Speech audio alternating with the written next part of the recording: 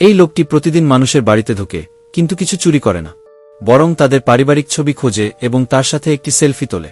তারপর সে তাদের টুথব্রাশ ব্যবহার করে আর ফ্রিজে রাখা সেই সব খাবার খেয়ে নেয় যেগুলো দ্রুত নষ্ট হতে পারে। যাওয়ার আগে সে সবগুলো ময়লা কাপড় সংগ্রহ করে এবং সেগুলো ধুয়ে পরিষ্কার করে। সে 100টির বেশি বাড়িতে ঢুকার পরেও সে কখনো ধরা পড়েনি। তার কৌশল একদম সিম্পল ছিল। সে যে বাড়িটি টার্গেট করত তার দরজার তালায় একটি পোস্টার লাগিয়ে দিত। যদি কিছুদিন ধরে সেই পোস্টারটি না তোলা হতো তাহলে সে তালা খুলে ভিতরে চলে যেত। তারপর সে টেলিফোন কল চেক করত যাতে জানতে পারে মালিক ফিরে আসবে কিনা। তারপর সে তার বানানো রুটিন কোনো বাধা ছাড়া পূরণ করতে থাকে। কিন্তু একদিন যখন সে একটি বাসায় ঢুকে তখন অদ্ভুত একটি ঘটনা ঘটে যায়। তার সতর্ক থাকা সত্ত্বেও সে দেখতেই পায় না যে বাড়ির মালকিন চুপচাপ ঘরের কোনায় বসেছিল। মালকিন তাকে দেখতে পায়, কিন্তু পুলিশকে ডাকে না, বরং সে চুপচাপ সেই অচেনা লোকটিকে দেখতে শুরু করে যে তার বাড়িতে প্রবেশ করেছে। সে দেখল যে জ্যাক প্রথমে তার ছবির সাথে একটি সেলফি তোলে, তারপর সে রান্নাঘরে গিয়ে খাবার তৈরি করে যেন সে তার নিজের বাড়িতেই ছিল।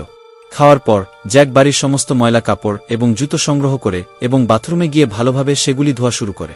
মালকিনকে তার অদ্ভুত কাজকর্ম দেখতে ভালোই লাগতেছিল। তারপর সে দেখে যে জ্যাক গাছে পানিও দিচ্ছিল। সবকিছু শেষ করার পর সে মাঠে গিয়ে গলফ খেলতে শুরু করে। পুরো দিন তাকে কাছ থেকে দেখার পর মালকিন বুঝতে পারল যে জ্যাক খারাপ মানুষ নয়। রাতে মালকিন বেডরুমের দরজা খুলে, যার ফলে জ্যাক একদম চমকে যায়। ঠিক তখনই ফোন বেজে ওঠে এবং মালকিন ফোন উঠায়। তখন জ্যাক তার জিনিসপত্র গুছিয়ে চুপচাপ বেরিয়ে চলেই যাচ্ছিল, কিন্তু ঠিক তখনই তার পেছন থেকে চিৎকার শুনতে পায়। মহিলার মুখে লাল দাগ দেখেই জ্যাক বুঝতে পারে কি ঘটেছে। তবে ওই মুহূর্তে বেরিয়ে যাওয়াই সঠিক সিদ্ধান্ত ছিল। সে বাইক নিয়ে বাসা থেকে বের হয়ে যায়, কিন্তু কিছু দূর গিয়েই সে তার মন বদলায় এবং তৎক্ষণাৎ ফিরে আসে। সে সবগুলো রুমে মহিলাকে খোঁজে, কিন্তু তাকে কোথাও দেখতে পায় না। শেষ পর্যন্ত বাথরুমের দরজার কাছে পৌঁছে সে দেখে যে সে সেখানে বসে কাঁদতেছে। যখন সে বের হয়ে আসে তখন সে দেখতে পায় যে তার জন্য কাপড় দরজার কাছে রাখা ছিল। সে বুঝতে পারে যে এগুলো জ্যাক করেছে। সে কাপড় পাল্টানোর পরেই তার স্বামী বাড়ি ফিরে আসে। বরাবরের মতোই সেই ধনী লোকটা তার বউয়ের সাথে চিৎকার করতে শুরু করে আর তাকে কয়েকটা থাপ্পড় মারে। এটা দেখে জ্যাকের রাগ উঠে যায়।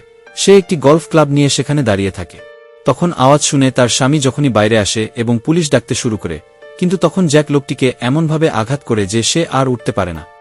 তারপর জ্যাক শান্ত হয় আর দাঁড়িয়ে বাড়ির ভিতরে থাকা মহিলাকে দেখে। তারপর বাসা ছেড়ে চলে যাচ্ছিল। যখনই সে যাচ্ছিল মহিলাটি হঠাৎ দৌড়ে আসে আর তার পেছনে বসে।